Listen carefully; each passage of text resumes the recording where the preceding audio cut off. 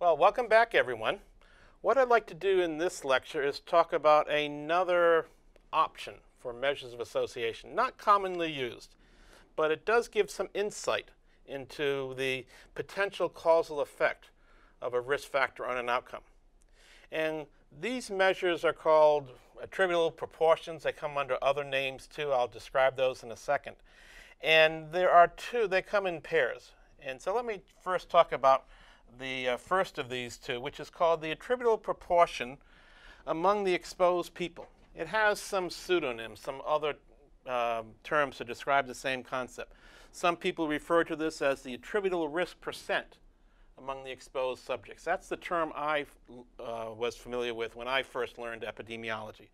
Other people will refer to this as the attributable fraction among the exposed people, and that's what Stata labels for you. So these are measures that Stata will calculate for you.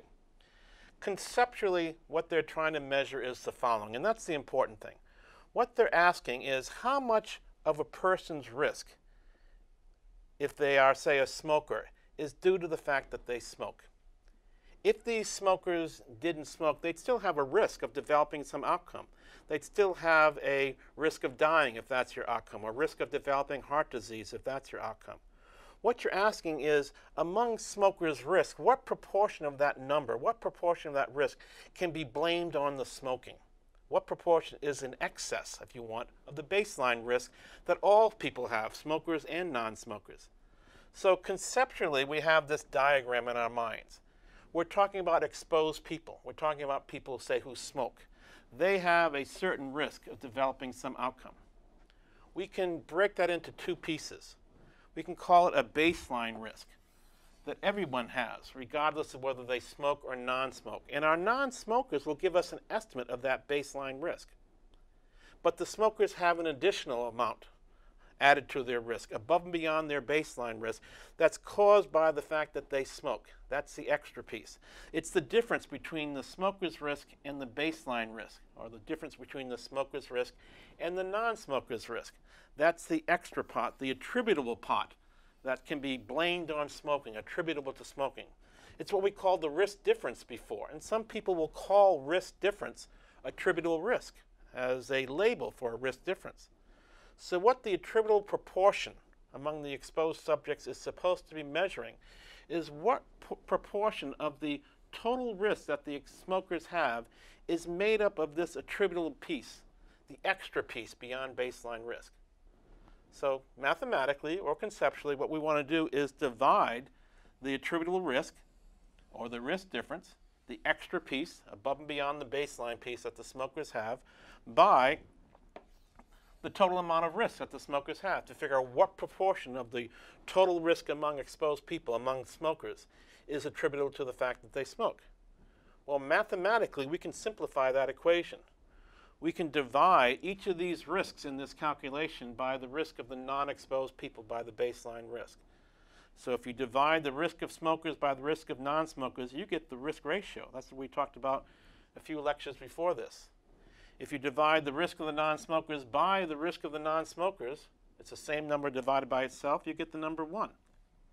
And again, if you divide the risk of the exposed by the risk of the non-exposed, smokers over non-smokers, we get the risk ratio again. So the way we can calculate an estimate for the attributable proportion among the exposed subjects is to calculate the risk ratio, from that subtract the number 1, and divide that quantity by the risk ratio. So here's an example from the Framingham data set. You'll be seeing this in your Stata demo this week. It's showing the relationship between smoking status at the 1956 examination and mortality during the 24 years of follow-up. So what do we have here? We have in this data set 2,181 smokers. And when they were followed for 24 years, 788 of them died. So what's the cumulative incidence? What's the estimated risk of dying among a smoker? Well, it's going to be the 788 divided by the 2181, or 36%. That's the estimated risk of dying for smokers during 24 years of follow-up. For non-smokers, we have 2,253 non-smokers. 762 of them died. Their estimated risk, 762 over 2253, is 34%. So a non-smoker's risk of dying is 34%. We can calculate a risk ratio as a measure of association. divide the estimated risk of smokers, 36%, by that of non-smokers, 34%, we come up with a value 1.07. Now, before we go any further, that might surprise you that these data suggest a very weak association between smoking and your risk of dying. You would expect smokers to have a higher risk of dying than the non-smokers would have. Well, later on in this course, we'll be talking about confounding and adjusting for factors that might not be balanced in these two groups. And we'll see if this weak measure of association stays weak once we adjust for some of the confounders. But for the time being, for a teaching exercise, let's take the 1.07 as our measure of association linking smoking status to mortality. And now ask that other question. What percent or proportion of this 36% risk that smokers have can be blamed on smoking? It's attributed to smoking. Well, if they didn't smoke, their risk would have been 34%. So it's 2 percentage points higher. That's the attributable risk. That's the risk difference. The attributable proportion percent among the exposed, remember, is the risk ratio, 1.07. Subtracting 1 from that, 0.07, and dividing by the risk ratio, you get a value of 0.065. So you could say 6 or 7% of the smoker's risk, which was 36%, can be attributed to the fact that they smoked. A very small percentage in this particular case, somewhat surprising. So that's describing the proportion, the percent of risk among an exposed person that can be blamed on smoking. Now let me ask you a more public health question. What about a population? How much of the average risk in the population can be blamed on some of the people in the population being exposed? So that's another proportional measure we could develop. It's called the attributable proportion among the total population. Some people refer to this as the population attributable risk percent. That's the term I first learned. Stated will refer to this as the attributable fraction among the total population. Conceptually, what it's trying to measure is, think of a population. Again, we'll use smoking as the example. The population is made up of smokers and non-smokers. So some of the people in the population, the smokers, some of their risk might be blamed on smoking. So now we're asking, in the total population with an average risk, which is averaging the risk of smokers and non-smokers together, how much of that average risk can be blamed or attributed to smoking? That's what we mean by the attributable proportion in a total population. So here's a diagram similar to what we had before, trying to describe this concept mathematically. So what we have is an average risk in a population, which is an average of the risk that the smokers have and the risk that the non-smokers have.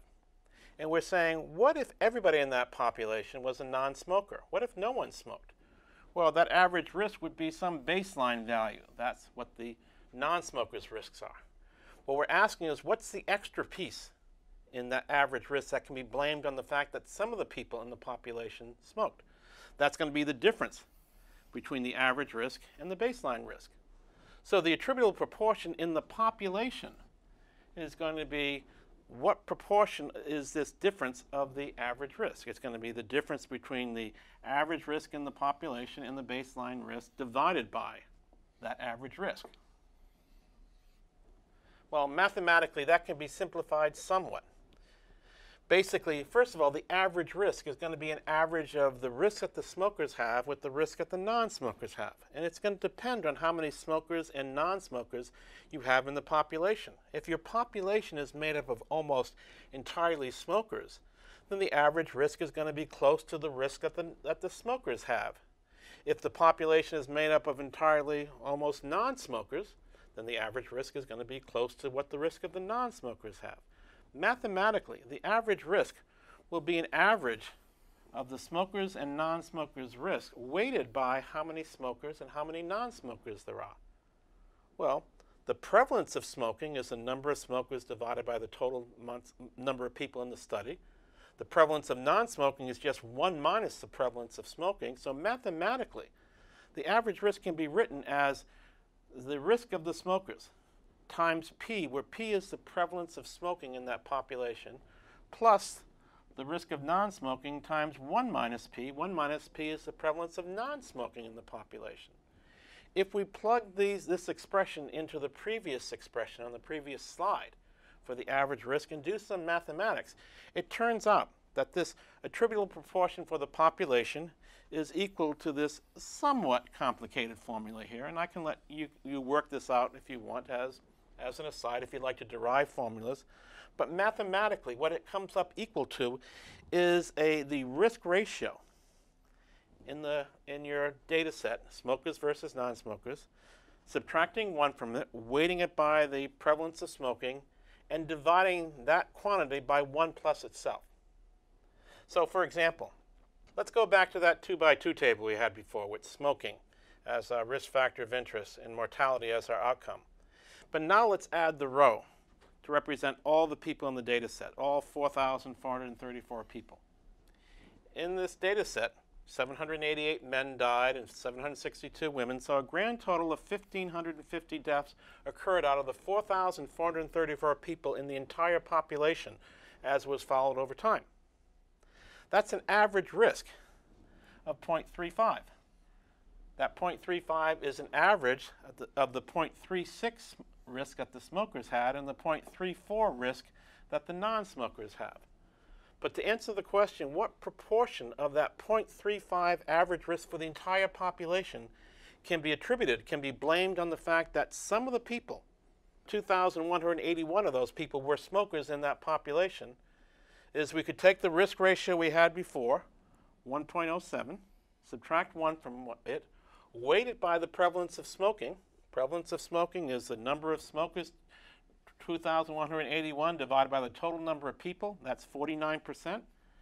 Divide that quantity by 1 plus itself, we come up with an answer of 0.033%, meaning of the 3%, between 3 and 4% of the average risk of dying in the entire population can be attributed to the fact that roughly half the people in the population were smoking. Okay, there are 2 other measures that I'd like to introduce to you, and we'll do those in the next 2 times. See you next. Bye.